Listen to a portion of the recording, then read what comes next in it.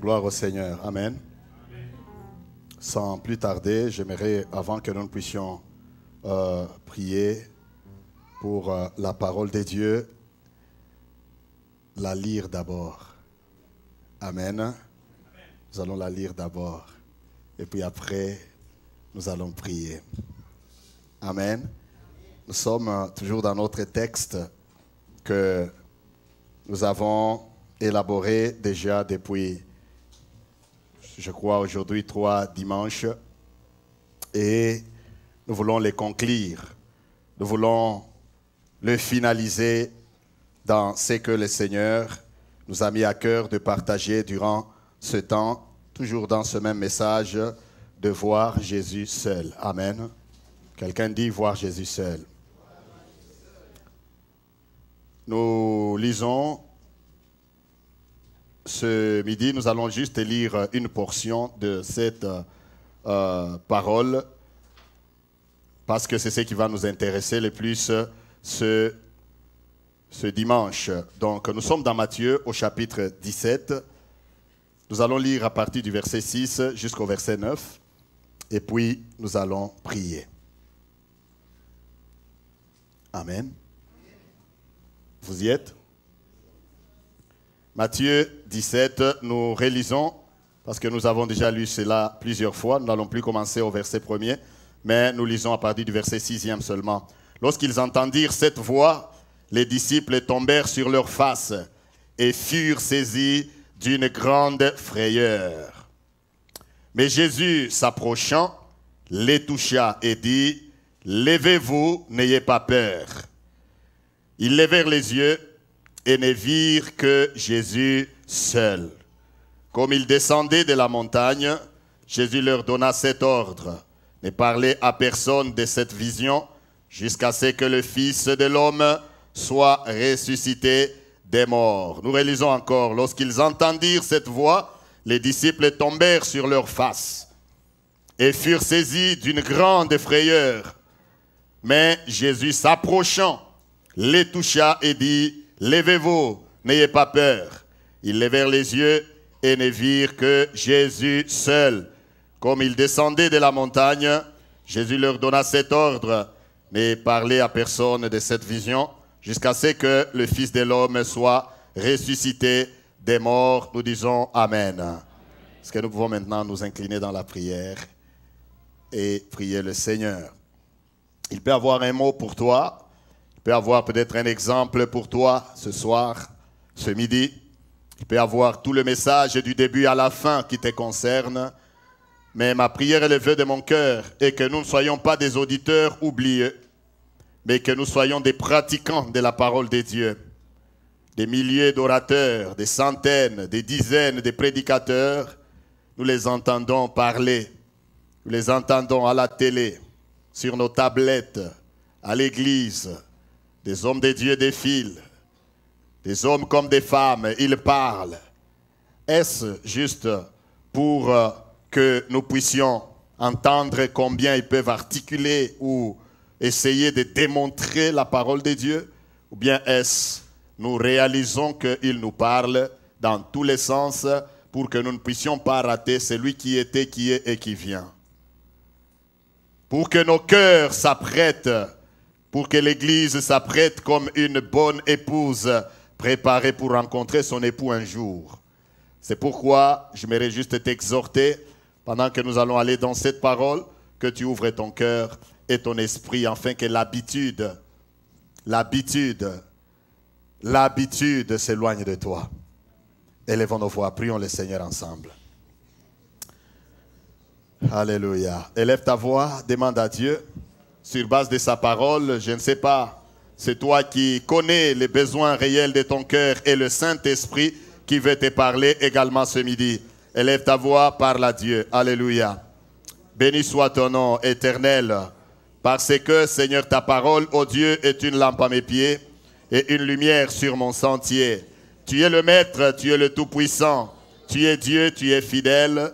Ta parole est la vérité. Ta parole, ô Dieu fidèle, était dès les commencements. Elle guérit, elle délivre, elle restaure, elle donne la sagesse. Oh, elle suscite à nous la crainte de l'Éternel, comme il est écrit. Seigneur, que la crainte de l'Éternel est le commencement de la sagesse, ô Dieu. Elle est là, Seigneur, comme l'apôtre Paul déclare, ô Dieu, écrivant à Timothée, enseigne la parole en toute occasion, favorable ou non, afin que l'homme, ô Dieu du ciel, Seigneur, l'homme de Dieu, soit instruit et propre à toute bonne œuvre. Ce midi, ô Dieu, nous voulons encore apporter ta parole en cette occasion. Non pas, Seigneur, pour nous entretenir nous-mêmes selon la chair, mais pour nous aider et nous montrer, ô Dieu fidèle, la voie. Nous préparons nos cœurs, ô Dieu du ciel, toi qui ne fais pas exception de personne. Tu es Dieu, Seigneur fidèle. Tu nous aimes tous de même amour. Oh Seigneur, tu as payé le prix pour nous. C'est pourquoi, Jésus, tu nous parles à chaque instant, durant tout notre pèlerinage sur cette terre, ô Dieu fidèle. Seigneur, ouvre nos cœurs, ouvre notre intelligence, ouvre mes yeux pour que je contemple les merveilles de ta loi. Seigneur, utilise ma bouche, ô Dieu. Seigneur, je me confie en toi. J'aimerais diminuer et que toi, tu croisses. J'aimerais me taire, que toi, Seigneur, tu parles. J'aimerais, ô Dieu fidèle, disparaître, que toi seul, tu apparaisses, ô Dieu fidèle. Seigneur, manifeste ta grâce et bénis chacun de nous. Seigneur, tu peux parler, ô Dieu fidèle, à chacun de nous, peut-être en un mot, peut-être dans une phrase, peut-être dans tout le message. Ô Dieu de gloire, d'une manière ou d'une autre, nous prions que le Saint-Esprit soit à l'œuvre. Et ta parole est accompagnée, Seigneur fidèle, d'une puissance et de guérison, d'une puissance et de la création, parce qu'à travers elle, tu as tout créé. De la puissance de la délivrance, Seigneur, parce qu'à travers elle, tu as délivré les démoniaques, même ceux qui dormaient dans les cimetières, tu les as délivrés. Tu as guéri, tu as appelé Lazare, qui est sorti de la tombe par ta parole. Par ta parole, Seigneur, les disciples ont jeté les filets au Dieu du ciel. Seigneur, eux qui avaient travaillé toute la nuit, mais Pierre dit, sur ta parole, je jetterai les filets. Seigneur, et ils ont vu, ô Dieu, miracle de l'abondance. Ta parole couvre toutes les étapes de la vie d'un homme.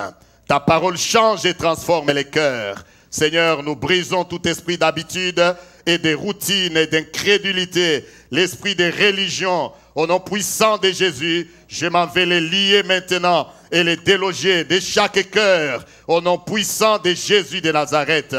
Seigneur, laisse, ô Dieu, que ta parole nous bénéficie, ô Dieu, dans cette marche que nous avons avec toi. En Christ Jésus, nous avons ainsi prié. Amen. Amen. Amen. Nous acclamons le Seigneur. Comme je le disais tantôt, nous avons commencé ce message sur la transfiguration depuis quelques dimanches et un mercredi, si je ne m'abuse pas. Et je disais en introduisant que j'avais à partager avec vous 4 choses dans cette histoire, 4 choses avant la transfiguration, 4 choses pendant la transfiguration et 4 autres choses après la transfiguration. Amen. Vous êtes avec moi? Et c'est cela, mais le titre du message, nous ne l'avons pas changé, il est toujours le même. Voir Jésus seul où ils ne virent que Jésus seul. Je vais juste rapidement nous rappeler ce que nous avons couvert sans aller dans les détails parce que nous voulons profiter du temps que nous avons pour essayer de boucler la boucle dans les 4 premières choses avant, bien sûr, avant la transfiguration, que nous avons considéré comme si c'était la préparation à la gloire. C'était d'abord le silence divin. Amen. Parce que la Bible nous dit 6 jours après.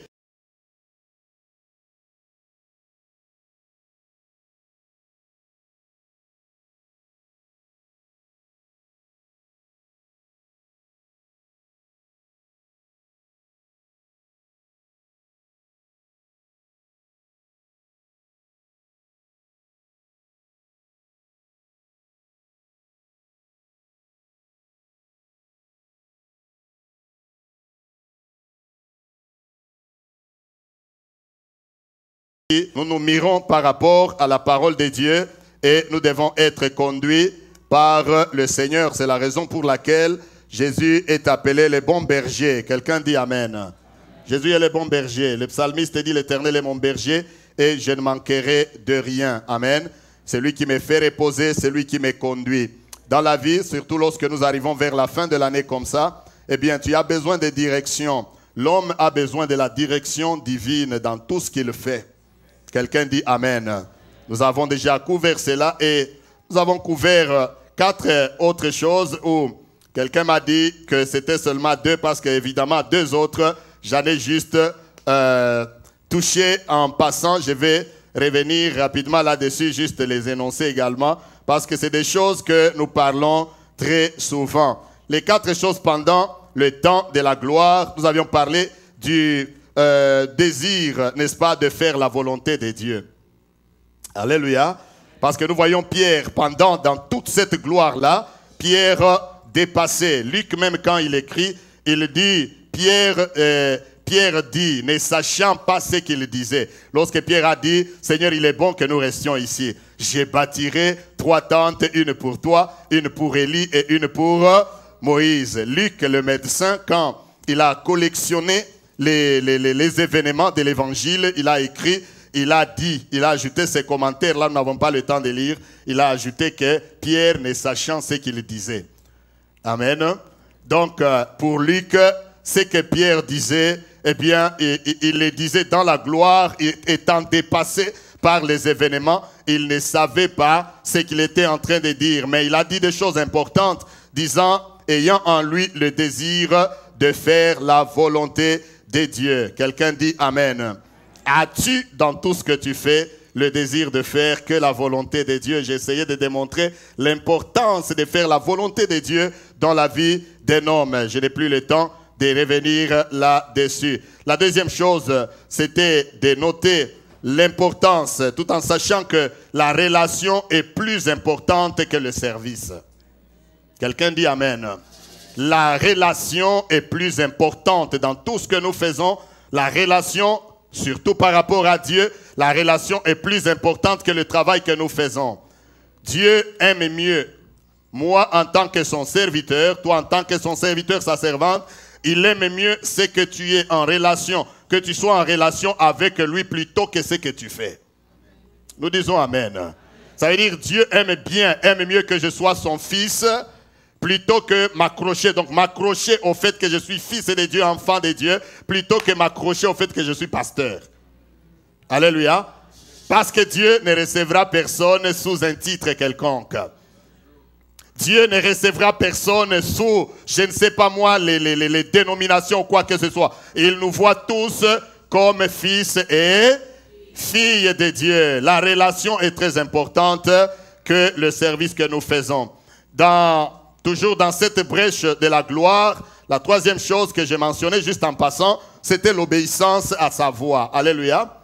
Obéir à la voix de l'Éternel dans notre vie est une chose beaucoup plus importante. Donc, si Pierre a énoncé la volonté de bâtir, n'est-ce pas, 3 tentes, mais si Jésus n'a pas voulu, eh bien, Pierre n'a pas forcé non plus.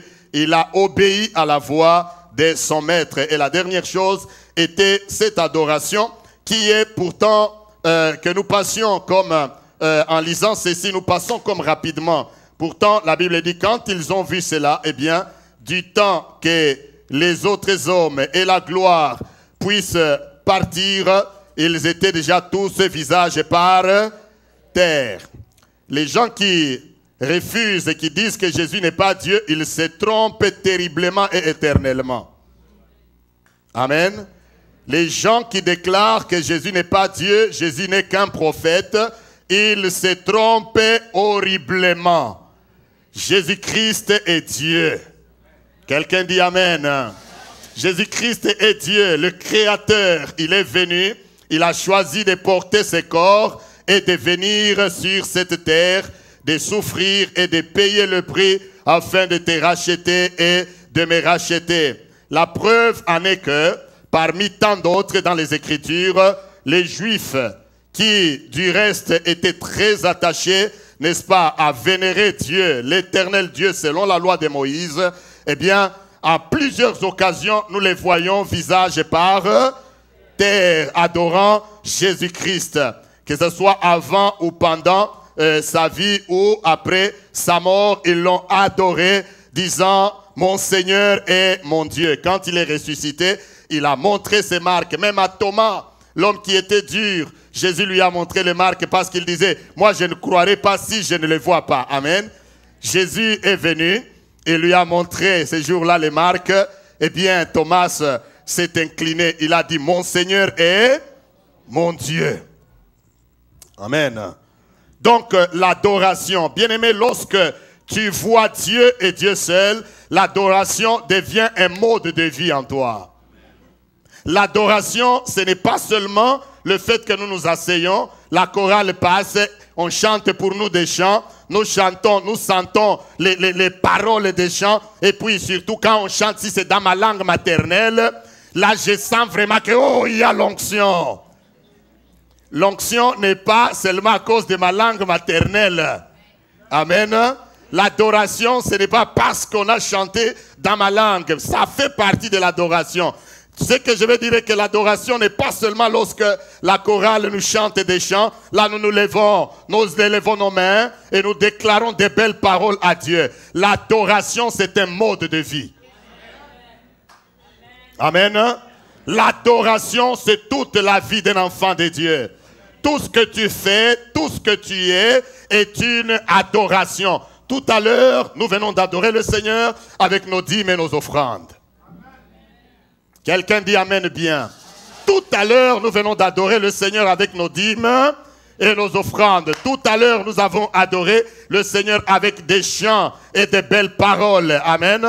Je suis en train d'adorer le Seigneur en présentant sa parole à son peuple. Tu es en train d'adorer le Seigneur en étant assis dans son temple et en écoutant sa parole. L'adoration est toute une vie.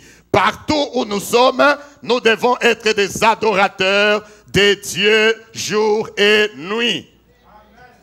Quelqu'un dit Amen. Eh bien, c'était là les 4 choses pendant la transfiguration. Nous venons de lire ce texte et à partir du verset 6e, nous allons boucler la boucle avec les 4 dernières petites choses, mais pas les moindres. Amen. 4 petites choses, mais pas les moindres. Eh bien, comme je le disais, cette séquence maintenant, c'est après. Après que tout ce que nous venons de dire s'est passé, eh bien, les disciples étaient inclinés, ils étaient tombés de peur, et ils étaient là comme abattus, comme morts. Eh bien, Jésus-Christ maintenant est venu vers eux, et il les a approchés, il les a touchés, il les a commandé de s'élever et de ne pas avoir peur. Quelqu'un dit Amen. J'aimerais d'abord souligner un fait après ces temps de transfiguration, c'est le fait que maintenant dans cette séquence, tout a disparu. Amen. J'ai dit que tout a disparu. Répondez, j'ai dit tout a disparu. Ils sont venus, ils ont vu, et pendant qu'ils avaient les visages à terre, les hommes, quand ils relèvent leur tête, il n'y a plus Moïse, il n'y a plus Élie. Quand ils relèvent leur tête, il n'y a plus la nuée, il n'y a plus la clarté qui était sur le visage de Jésus. Amen. Quand ils relèvent la tête, ils ne voient plus rien que... Ils ne voient plus rien que qui? Que Jésus et Jésus seul. Y a-t-il quelque chose là-dedans? Y a-t-il un mystère là que nous devons décortiquer? Bien-aimés, j'aimerais nous dire rapidement en passant que les choses qui nous entourent, les choses que nous avons eues, les choses que nous aurons dans ce monde, sur cette terre, ne sont que passagères et temporaires. Tout passe et tout passera. Tout disparaîtra. Quelqu'un dit Amen. Mais le jour que tout cela passera, que te restera-t-il? Amen. Que te restera-t-il? Jésus et Jésus seul. Tout disparaîtra, que l'on le veuille ou pas. Il y a des gens qui ont eu beaucoup d'argent, mais l'argent tout d'un coup a fait quoi? A disparu. Vous avez peut-être une bonne relation, une bonne famille, des gens que vous regardiez, vous ne pensiez pas qu'ils allaient vous quitter un jour. Mais tout d'un coup, ils ont fait quoi? Ils ont disparu, ils sont partis. J'aimerais dire à quelqu'un cet après-midi, lorsque tout disparaît, accroche-toi à Jésus et à Jésus seul. Tout peut disparaître sauf Jésus. Jésus est l'homme qui ne disparaîtra jamais. Alléluia. J'ai dit que Jésus est l'homme qui ne disparaîtra jamais. Les hommes, les relations peuvent disparaître, surtout les relations humaines dans le monde actuel. Les hommes s'accrochent aux autres hommes quand vous les plaisez encore. Amen. Quand vous êtes encore bien, en bonne forme là, poitrine bombée, un peu d'argent dans les comptes en banque, ils s'accrochent à vous. Quand vous êtes encore brillant, vous faites un accident, vous êtes maintenant sur la chaise roulante, vous dépendez maintenant des gens, il y en a qui ne voudront plus venir vers vous. Amen.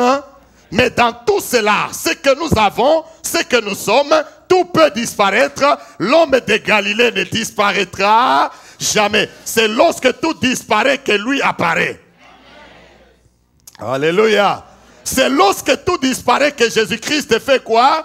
Apparaît. Moïse et Élie ont disparu. La nuée a disparu. L'éclairage ou la clarté a disparu. C'est là que Jésus est venu vers les disciples. Quelqu'un dit Amen. Tout peut disparaître, mais le Christ ne disparaîtra jamais. C'est d'ailleurs la raison pour laquelle la Bible nous dit qu'il est le mari des veuves et le père des orphelins. Y a-t-il quelque chose qui a disparu dans ta vie? Jésus te rassure cet après-midi. Laisse tout disparaître. Moi, je suis tout pour toi. Quelqu'un dit Amen. L'argent peut disparaître. Quand Jésus est là, il amènera d'autres. Quelqu'un dit Amen. L'argent, la richesse peut disparaître. Des fois, il y a des choses qui disparaissent pour que Jésus attire davantage notre attention sur lui et sur lui seul. Moi, à votre place, je dirais Amen bien fort. Jésus peut faire disparaître une relation pour focaliser ton attention à lui et à lui seul. Accroche-toi à Jésus et il apportera, il amènera toute autre relation avec lui. Parce qu'en lui était Moïse, en lui était Élie, en lui seul était toute la gloire. En d'autres termes, Jésus est le carrefour de tout ce dont l'homme a besoin. C'est pourquoi nous le prêchons et nous ne nous fatiguerons jamais à le prêcher. Alléluia. Nous ne nous lasserons jamais. Bien-aimés, accrochons-nous à Christ. Christ est réel de la même manière que nous voyons le monde réel dans lequel nous vivons. Seulement il nous a voilés. Il ne veut pas que nous le voyions tout le temps pendant que nous sommes encore sur cette terre. Mais Jésus-Christ est réel. Quand tu le cherches, il se laisse trouver. Quand tu le cherches, il se manifeste. Il vient pour compatir avec toi. Quelqu'un dit Amen. Quand ta santé disparaît, Jésus apparaît.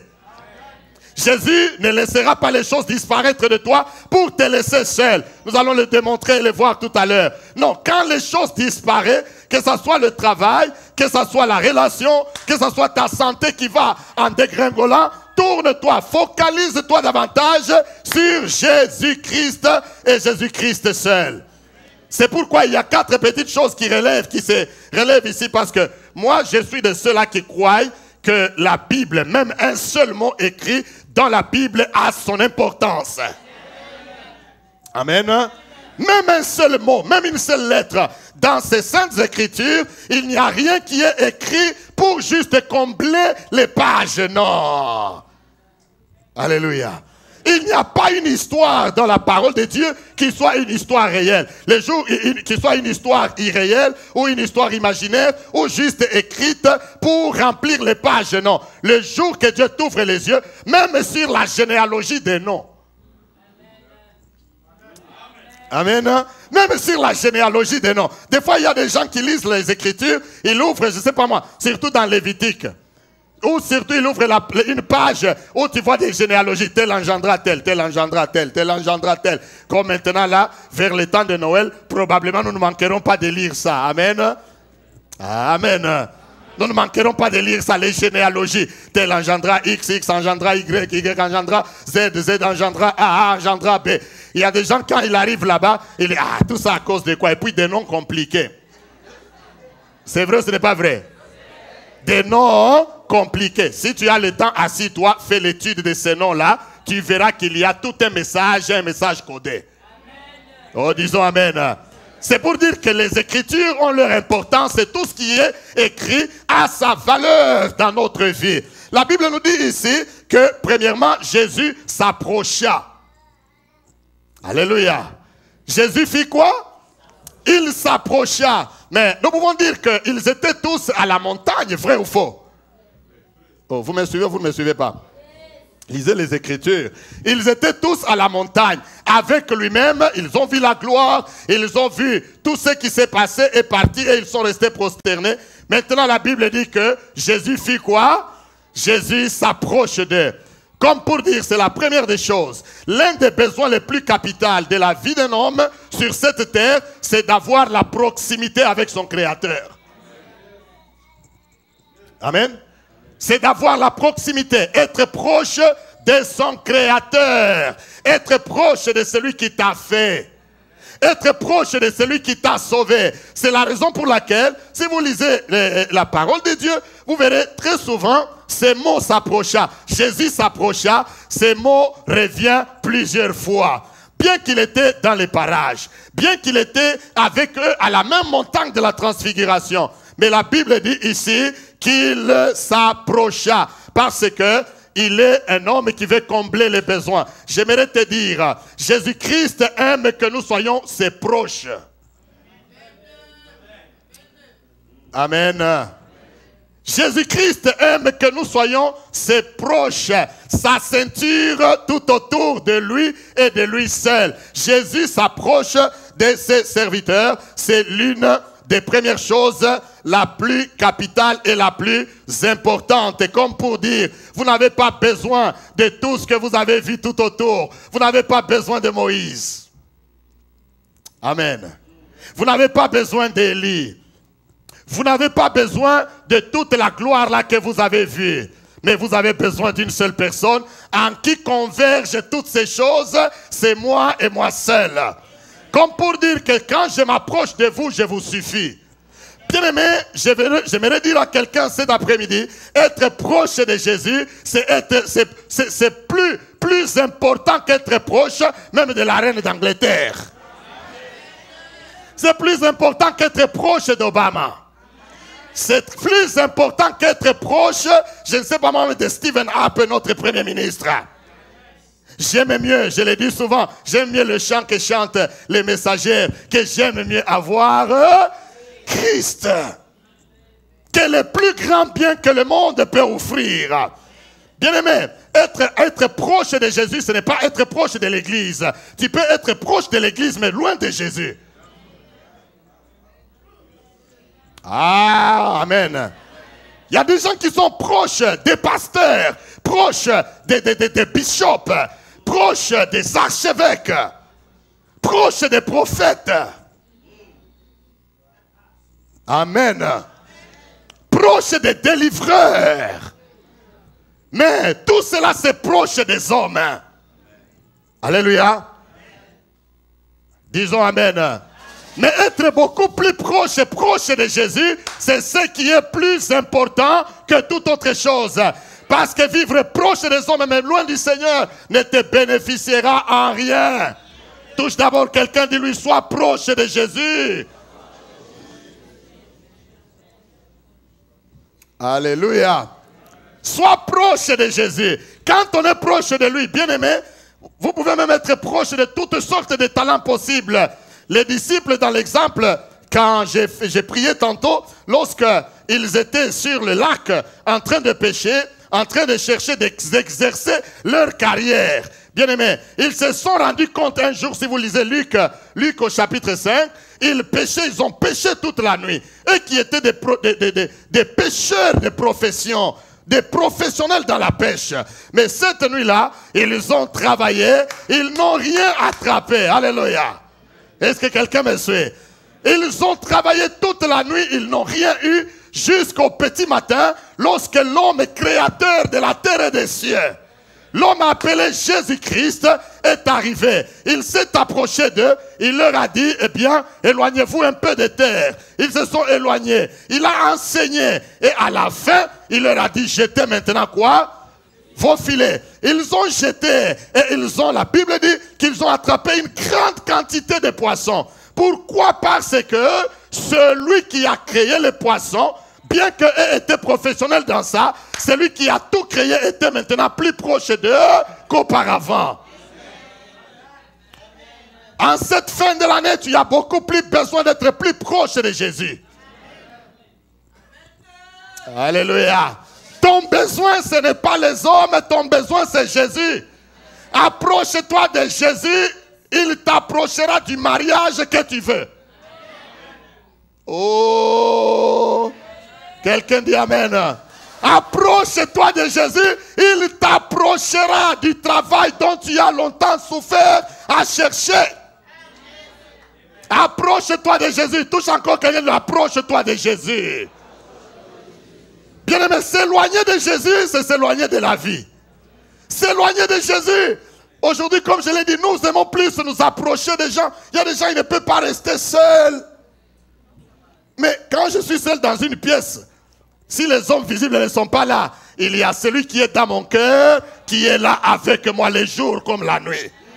Comme je le disais, lui quand il s'approche, les hommes peuvent t'abandonner, mais lui ne t'abandonnera jamais. Quelqu'un dit Amen. Mais un homme comme celui-là, que tu sois dans la joie, il est là. Que tu sois dans la souffrance, il est là. Que tu sois malade, il est là. Que tu sois dans la tombe comme Lazare, il vient. Jésus de Nazareth. Alléluia. La Bible dit ici, quand tout a disparu, là, lui, il s'est approché. Non seulement il s'est approché, mais la Bible nous donne une deuxième chose. Il s'est approché et il les a fait quoi? Aïe, aïe, aïe. Amen. Suivez-moi bien. Il s'est approché et puis il a fait quoi? Il les a touchés. Et voilà, il part, il touche Pierre. Touche Jean. Pourquoi il n'a pas parlé que... Hey, Pierre, réveillez-vous maintenant, réveillez-vous, venez, on part. Mais il a préféré quoi? Les toucher. Chaque jour, chaque fois quand vous lisez la parole de Dieu, lorsque Jésus s'approchait, la Bible ajoute toujours quelque chose. Il s'approcha et les toucha. Dans d'autres circonstances, comme les disciples d'Emmaüs, on dit que Jésus s'approcha et fit route avec eux. Amen. Mais leurs yeux étaient empêchés de le voir. Lorsque la veuve de Naïn a perdu son fils, la Bible dit, il y a ces deux cortèges. Jésus venait avec les disciples et il y avait aussi le cortège de la mort qui venait. De la veuve de Naïn qui venait avec les gens qui l'amenaient pour aller enterrer son fils unique. Amen. Mais l'homme de Galilée venait avec ses disciples. Il se rencontre avec lui. La Bible dit, Jésus s'approcha et toucha le cercueil. Alléluia. Tantôt il s'approche et il marche avec toi. Tantôt il s'approche et il dit quelque chose. Tantôt il s'approche et il te touche. Tantôt il s'approche et il touche les pourritures. Alléluia. Il touche le cercueil. Il n'y a rien que Jésus ne peut pas toucher. Dans l'exemple de la veuve de Naïn, il a touché le cercueil et l'enfant est sorti. L'enfant est ressuscité. Jésus s'approche. La première des choses qu'il faut se rassurer, c'est qu'il soit proche. La deuxième, c'est une situation selon la circonstance. Amen. Disons Amen. Il s'est approché. Il y a des cas où il s'est approché, comme je viens de le dire, il a touché le cercueil, il s'est approché, peut-être il a dit un mot, peut-être il s'est approché, il a touché les disciples, comme dans l'histoire que nous avons lue. Je ne sais pas dans ton cas, s'il s'approche, qu'est-ce qu'il fera? Il choisira lui-même l'action des circonstances. L'essentiel est qu'il fasse quoi? qu'il s'approche. Quand il s'approche de toi, c'est lui-même qui va choisir. Peut-être il y a un cercueil autour de toi que Jésus va toucher. Peut-être le cercueil de la mort financière. Quand il s'approche, il va faire quoi? Il le touche. C'est pourquoi l'on voit, lorsque quelqu'un a été touché par le Seigneur, alléluia. Lorsque quelqu'un a été touché par le Seigneur, des fois, il y a même des situations où Jésus a touché la première fois, et puis il est venu encore, il a fait quoi? Il a touché encore la deuxième fois. Parce que c'est lui qui choisit l'action des circonstances. N'oublie pas, dans ta vie, dans ta situation, il y a une action des circonstances que le Seigneur va choisir. Toi, ce que tu dois te rassurer, approche-toi. Quand Jésus va toucher, il peut toucher selon la circonstance de ta vie, de ce que tu traverses. Est-ce que quelqu'un me suit ce midi? C'est pourquoi il y a des vies, nous voyons, lorsque quelqu'un a été touché par le Seigneur. Peut-être c'est être touché spirituellement. Amen. Permettez que j'ouvre une parenthèse. Quand tu marches avec le Seigneur, il doit te toucher ou t'avoir touché. Et lorsque Jésus te touche, bien-aimé, ta vie ne va pas rester, ton caractère ne va pas rester le même. Quand Jésus t'a touché, alléluia. Il y a l'exemple ici, l'exemple de l'homme aveugle. J'aimerais nous montrer cela rapidement. Ouvrons nos Bibles, je crois que c'est dans Marc au chapitre 8. Je crois bien que c'est Marc, ce n'est pas Marc, c'est Luc, non, c'est Marc. Marc 8, 22. Amen. Je vais juste nous montrer une chose ici, dans ce deuxième petit point. Non seulement il s'est approché, il les a touchés, il peut toucher selon les circonstances. La Bible dit ici, dans Marc 8, 22, ils se rendirent à Bethsaïda et on amena vers Jésus un aveugle. Qu'on le pria de faire quoi? De toucher. Il prit l'aveugle par la main et le conduisit hors du village. Puis il lui mit de la salive sur les yeux, lui imposa les mains et lui demanda s'il voyait quelque chose. Amen. Il regarda et dit, j'aperçois les hommes, mais j'en vois comme des arbres. Vous connaissez la suite.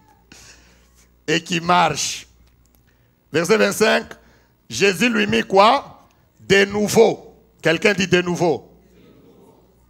Jésus lui mit de nouveau les mains sur les yeux. Et quand l'aveugle regarda fixement, il fut guéri et vit tout distinctement. Alors Jésus le renvoya dans sa maison en disant, n'entre pas au village. Amen. J'ai dit que la première chose, Jésus s'approche. La deuxième chose, c'est l'action des circonstances. C'est lui qui choisit. Nous devons nous rassurer que nous sommes proches de lui. Cette action, ça peut être qu'il t'a déjà touché une fois. Parce que quand tu viens à Jésus-Christ, il doit te toucher ou toucher ta situation. Quelqu'un dit Amen. Mais quand il a touché ta situation, s'il n'y a pas eu un changement, ça ne l'empêche pas de toucher de nouveau. Oh oh, quelqu'un dit Amen. Amen. Maintenant écoutez, ça ne l'empêche pas de toucher pour la deuxième fois. Parce que si la première fois qu'il a touché, peut-être c'est toi qui le touchais d'abord et il n'y a pas eu réellement changement. Des fois, quand je lis certaines choses, je m'arrête encore comme je disais ici. Il n'y a pas de choses écrites juste pour écrire. Amen. Ici, il y a un aveugle que Jésus vient, il touche pour la première fois. Eh bien, il lui demande, est-ce que tu vois quelque chose? L'homme dit, je vois les hommes, mais je les aperçois comme des arbres qui marchent. Je vais vous poser une question. Qui l'a touché? Qui l'a touché? Et maintenant, vous les serviteurs de Dieu, les grands hommes et les grandes femmes. Donc même Jésus peut toucher quelqu'un et c'est quelqu'un-là voit les hommes pas clairement. Mais qui l'a touché? Je ne sais pas si vous me comprenez. Qui l'a touché? Mais l'homme dit que je vois les hommes, mais pas comme les hommes, je les vois comme les arbres. Mais vous et moi, nous pensons, N'est-ce pas que lorsque Jésus, quand lui il touche, il a touché une fois pour toutes, c'est parti. C'est vrai, ce n'est pas vrai. Mais ici, il a touché quelqu'un, quelqu'un n'a pas bien vu. Il y a eu besoin que Jésus le touche de nouveau. Quelqu'un dit Amen. J'aimerais te dire que peut-être dans ta situation, tu as besoin en cette fin de l'année que Jésus te touche de nouveau. Dans ta foi, dans ta vie, dans ta conversion. Bien aimé, il y a des gens qui se sont convertis, mais comme d'une conversion ratée. Ah, alléluia. Comme d'une conversion qui a raté. Tu as besoin que Jésus fasse quoi? S'approche et touche de nouveau. Alléluia. Tu as besoin qu'il te touche de nouveau. Peut-être qu'il t'a touché la première fois. Bien aimé, c'est une guérison partielle. Ah, alléluia. Peut-être qu'il t'a touché la première fois, tu as eu le boulot. Mais lui, quand il bénit, ça vient comme un package. Parce que quand il s'approche, il amène un paquet. Dans ce paquet, tu ouvres, il y a la santé. Dans ce paquet, tu ouvres, si tu n'es pas marié, il y a ton mariage. Dans ce paquet, si tu ouvres, si tu n'avais pas du travail, il y a le travail. Dans ce paquet, si tu ouvres, tu n'avais pas de bonnes relations, il y a de bonnes relations. Dans ce paquet, si tu ouvres, s'il y avait, tu étais plein d'ennemis, dans ce paquet, il y a la victoire sur tes ennemis. Mais maintenant, il t'a touché qu'à un premier point. Et tu es déjà découragé. J'ai pensé que lorsque je crois, le Seigneur a changé ma vie. Maintenant, tout allait marcher normalement. Demande-lui de te toucher de nouveau. Oh, quelqu'un dit Amen. Demande-lui qu'il te touche de nouveau. Sois pas découragé. Il s'approche. Tu n'es qu'au premier toucher, par exemple. C'est Jésus qui l'avait. Des fois, il fait des choses étape par étape. Le Seigneur t'a touché. Peut-être toi, le premier touche, c'était d'abord le touche de ta conversion. Amen. Bon, maintenant, si le touche là de ta conversion, ça n'a pas marché. Tu es toujours souvent dans les boîtes. Tu continues toujours à courtiser un petit peu. Tu continues toujours à prendre un peu et te justifier. Amen. Tu continues toujours à toucher par-ci, par-là. Tu sais, ce que le Seigneur a voulu, c'était toucher. Amen. Si le premier truc. Mais dans ton cœur, tu sens que ce que tu fais là, Dieu ne l'agrée pas. Demande qu'il fasse quoi? Demande qu'il fasse quoi? Qu'il te touche encore. Il y a des gens qui ont besoin que le Seigneur s'approche et les touche encore. Dans n'importe quelle situation. C'est pourquoi vous le voyez ici, il s'approche des disciples, comme je l'ai dit. Il y a l'action des circonstances avec le Seigneur. Je prie vraiment que le Seigneur nous aide, que nous comprenions le fond de ce message. Il y a, lorsque le Seigneur s'approche, il y a la deuxième chose, c'est l'action des circonstances. Peut-être que quelqu'un a besoin, toi tu as besoin que le Seigneur te touche, ou touche ta circonstance. L'autre peut lui avoir besoin que le Seigneur s'approche et marche avec lui. Comme les disciples d'Emmaüs. C'est vrai ou ce n'est pas vrai? Jésus s'est approché dans leurs circonstances. La Bible dit Jésus s'approcha et fit route avec lui. Ils s'approchent seulement, ils sont là abattus, ils sont tristes en train de marcher. Subitement, un homme s'approche et puis il commence à marcher avec eux. Quand tu es triste ou quand tu as une situation dont tu ne sais pas qui peut parler pour toi, laisse que Jésus s'approche et marche avec toi.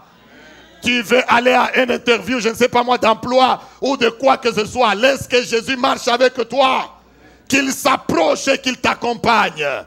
Quelqu'un dit Amen.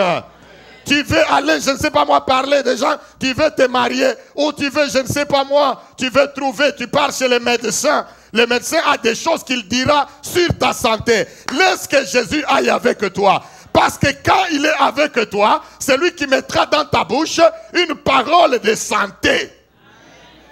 La science va mettre une parole dans la bouche du médecin à ton sujet. Le médecin va dire ta situation est compliquée. Quelle est la réponse que toi tu vas répondre au médecin si Jésus n'est pas avec toi? Amen. Si Jésus est avec toi, c'est lui qui mettra, qui t'inspirera une parole que tu sortiras, qui va contredire la parole du médecin. Oh, quelqu'un dit Amen. Je ne sais pas si vous comprenez ce que je veux dire. S'il est avec toi, tu arrives, le médecin regarde et dit, cette situation est très grave. Jésus est avec toi. Toi, tu dois avoir une parole à faire quoi? Parce que vous savez, le monde dans lequel nous vivons, c'est un monde où nous menons la guerre, une guerre de paroles. La guerre que nous menons, la Bible dit que si nous marchons dans la chair, nous ne combattons pas selon la chair. Des fois, tu peux aller chez le médecin. Toi, tu as senti seulement une douleur. Tu arrives chez le médecin. Lui, il regarde, il vérifie. Il déclare une chose. Il déclare selon la foi de la science. Amen. Il déclare selon la foi de quoi? De la science. Parce qu'il a étudié, il sait que je vois ici, ça peut être le signe de ceci ou de cela. Et toi, si tu n'as pas Jésus avec toi, eh bien, tu n'auras pas une parole. C'est le diable qui veut t'injecter quelque chose. Mais si Jésus est avec toi, il s'est approché, il fait route avec toi chez le médecin, tu auras une parole, une arme. Quand le diable a lancé, toi aussi tu as une parole que tu dois lancer, qui doit cogner la parole du médecin. Elle doit rentrer et toi tu seras bien. Même s'il t'envoie chez les spécialistes, ils ne vont rien trouver. Parce que toi tu as déjà une parole qui a repoussé la leur. Quelqu'un dit Amen. Des fois, nous marchons dans ces choses, mais nous ne les comprenons pas. Le Seigneur voudrait qu'il s'approche et qu'il marche avec toi. Peut-être pour l'autre qu'il s'approche et qu'il fasse quoi? Qu'il touche ou qu'il touche sa circonstance. La Bible dit, la troisième chose, non seulement il les a touchés, mais après, il les a commandés de faire quoi? Oh oh, Amen. Il a commandé de faire quoi? De s'élever. Jésus s'approche, il les touche. Et puis il dit, faites quoi? Levez-vous. C'est le temps de s'élever. Même quand tout disparaît, ce n'est pas le temps de rester couché. Alléluia. Même quand tu n'as plus rien, même si c'est la fin de l'année, peut-être tu as longtemps attendu quelque chose, laisse-moi te rassurer. Ce n'est pas le temps de rester couché, c'est le temps de s'élever. Quelqu'un dit Amen. Même pour l'église, cette année nous l'avons déclaré, l'année qui tire vers la fin, de faire quoi? Levons-nous et faisons quoi? Et bâtissons. Alléluia. L'année peut terminer, mais le travail n'est pas terminé. Nous n'allons pas croiser les bras. Oh, quelqu'un dit Amen. Nous pouvons rencontrer des difficultés, des problèmes, des situations compliquées. Mais Jésus-Christ dit, prenez courage, je suis avec vous. Comme un homme de Dieu nous a parlé le mercredi en ces lieux. Amen. Une parole prophétique. Prenez courage, je suis avec vous. Alléluia. Quelqu'un dit Amen. Donc Jésus s'approche, il dit, levez-vous. Bien-aimé, j'aimerais te dire, quand quelque chose disparaît dans ta vie, ce n'est pas le temps de rester couché. Quand tu n'as plus l'argent, ce n'est pas le temps de rester couché ni de mourir. Amen. C'est le temps de faire quoi? De s'élever. C'est le temps de s'élever. Jésus leur dit, levez-vous maintenant. Même quand les bonnes choses nous sont parvenues. Parce que nous ne disons pas qu'il n'y a que des mauvaises choses qui nous arrivent. Amen. Même quand tu as beaucoup d'argent, le Seigneur t'a béni. Ce n'est pas le temps de rester couché à cause de beaucoup de moyens. Amen. Ce n'est pas le temps de rester couché à cause de beaucoup de moyens. Il y a des gens que le Seigneur les met tellement à l'aise. Il est béni. Il croit que il est bien. Il n'a plus le temps d'aller prier. La plupart d'entre nous, nous sommes venus. Et chacun de nous a une histoire. Il y a des gens d'où ils sont venus, ils priaient. Ce n'est pas vrai. D'où ils sont venus, ils faisaient quoi? Ils priaient. Ils appelaient les visas comme ils appellent un homme. C'est vrai, non? Visa, viens. Au point que s'il y a des gens qui entendaient qu'ils ne savaient pas visa, c'est quoi un vieillard là, pense qu'il y a un enfant dans cette maison qui s'appelle... C'est vrai, non? Visa. Et puis visa est venu. Maintenant, lui, il a fait quoi? Il a voyagé. Mais maintenant, de la même manière que tu appelais visa là-bas, tu es maintenant ici. N'arrête pas. Ce n'est plus le temps de t'asseoir, c'est le temps de faire quoi? de s'élever davantage. Là-bas, tu avais les faits. Tu trouves ici, il y a des gens, tout ce qu'ils ont, c'est critiquer maintenant. Ici, il n'y a pas les faits. Ah, ici, il n'y a pas les faits. Il n'y a pas, mais toi, amène-nous les faits. Amen. Hein? Amène-nous les faits. C'est la raison pour laquelle le Seigneur t'a donné le visa.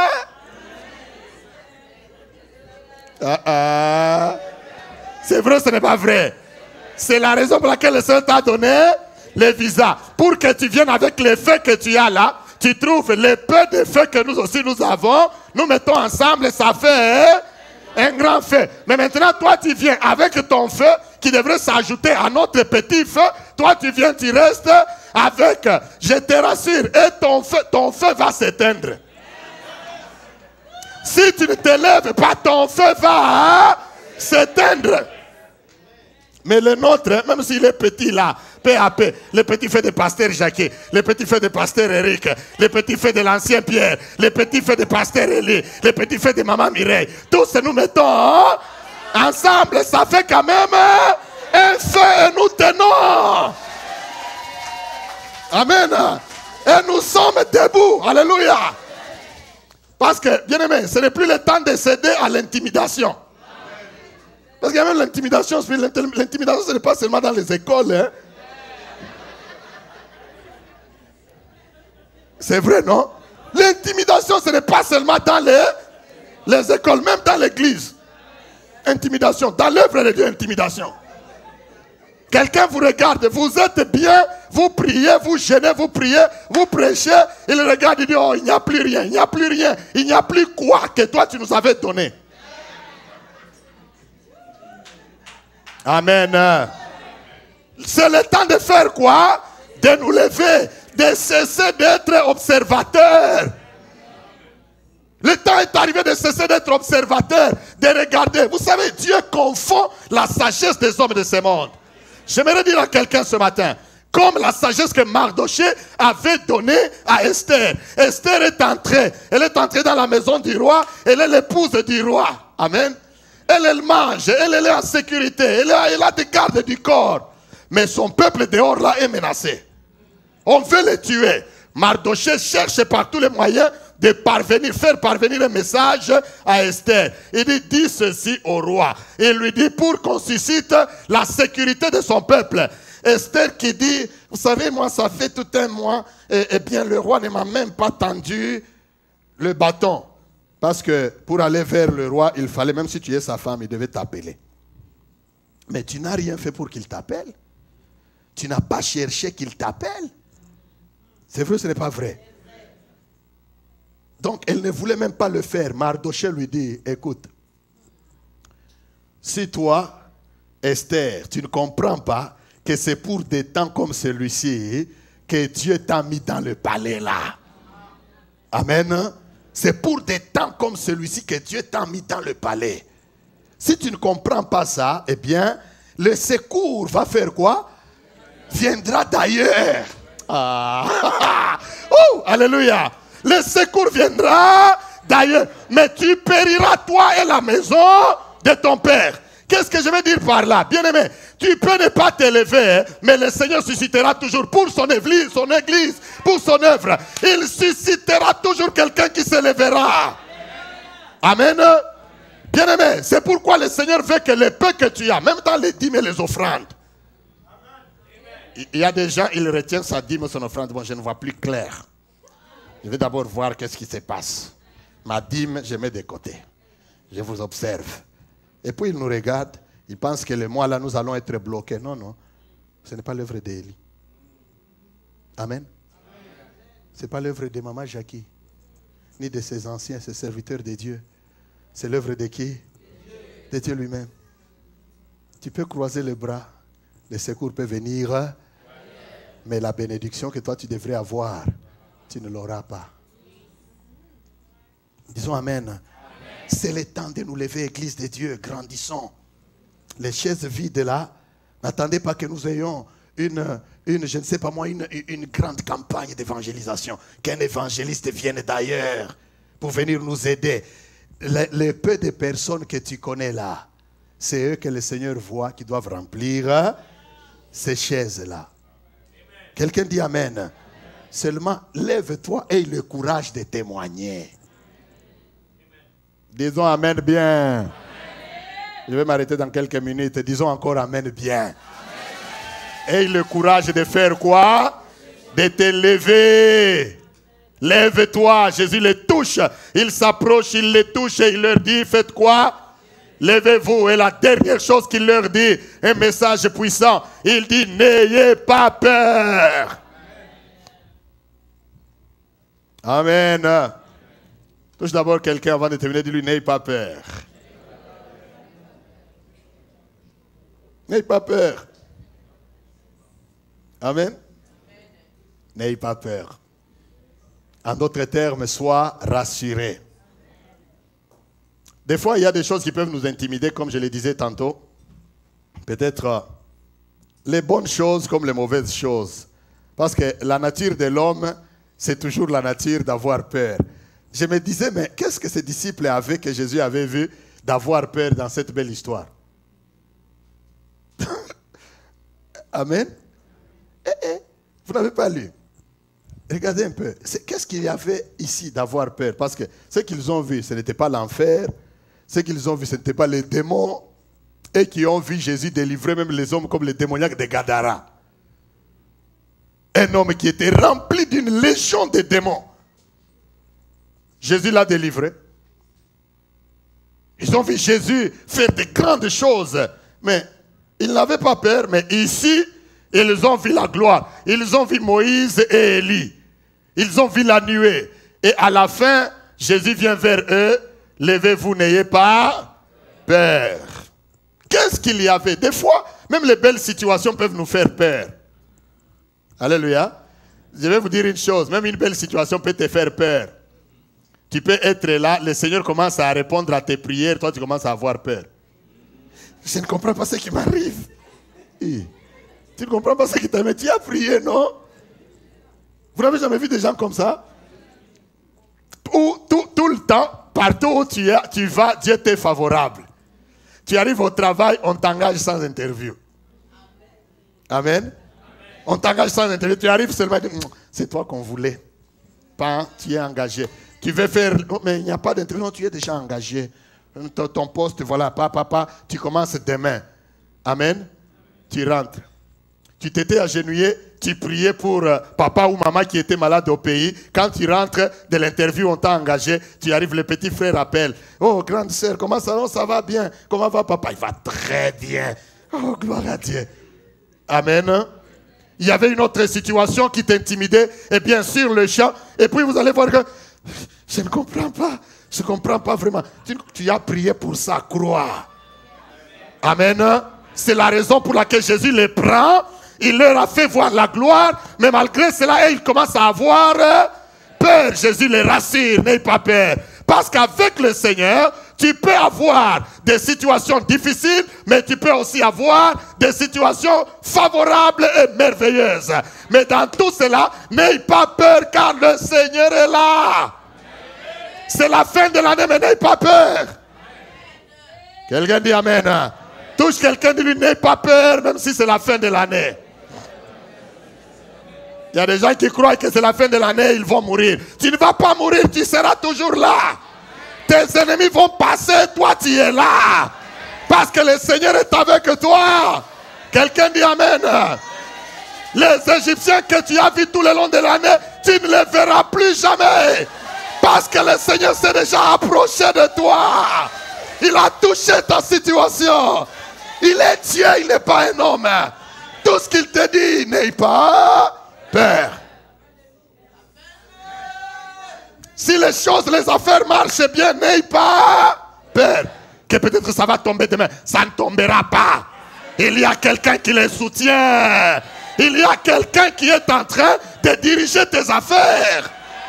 Ta santé, tu as passé toute l'année. Il y avait tant de problèmes. Tu as commencé à avoir peur. Le Seigneur te rassure. N'aie pas peur. Je suis avec toi. Quelqu'un dit Amen. N'ayons pas peur. Alléluia. Église de Dieu, n'ayez pas peur. Peut-être on va nous ravir les bâtiments. On ne doit pas les ravir. Est-ce que toi, tu as déjà vu quelqu'un ravir les bâtiments des dieux?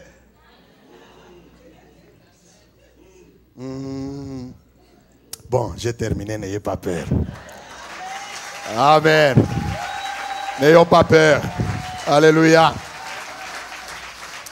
Nous acclamons bien le Seigneur.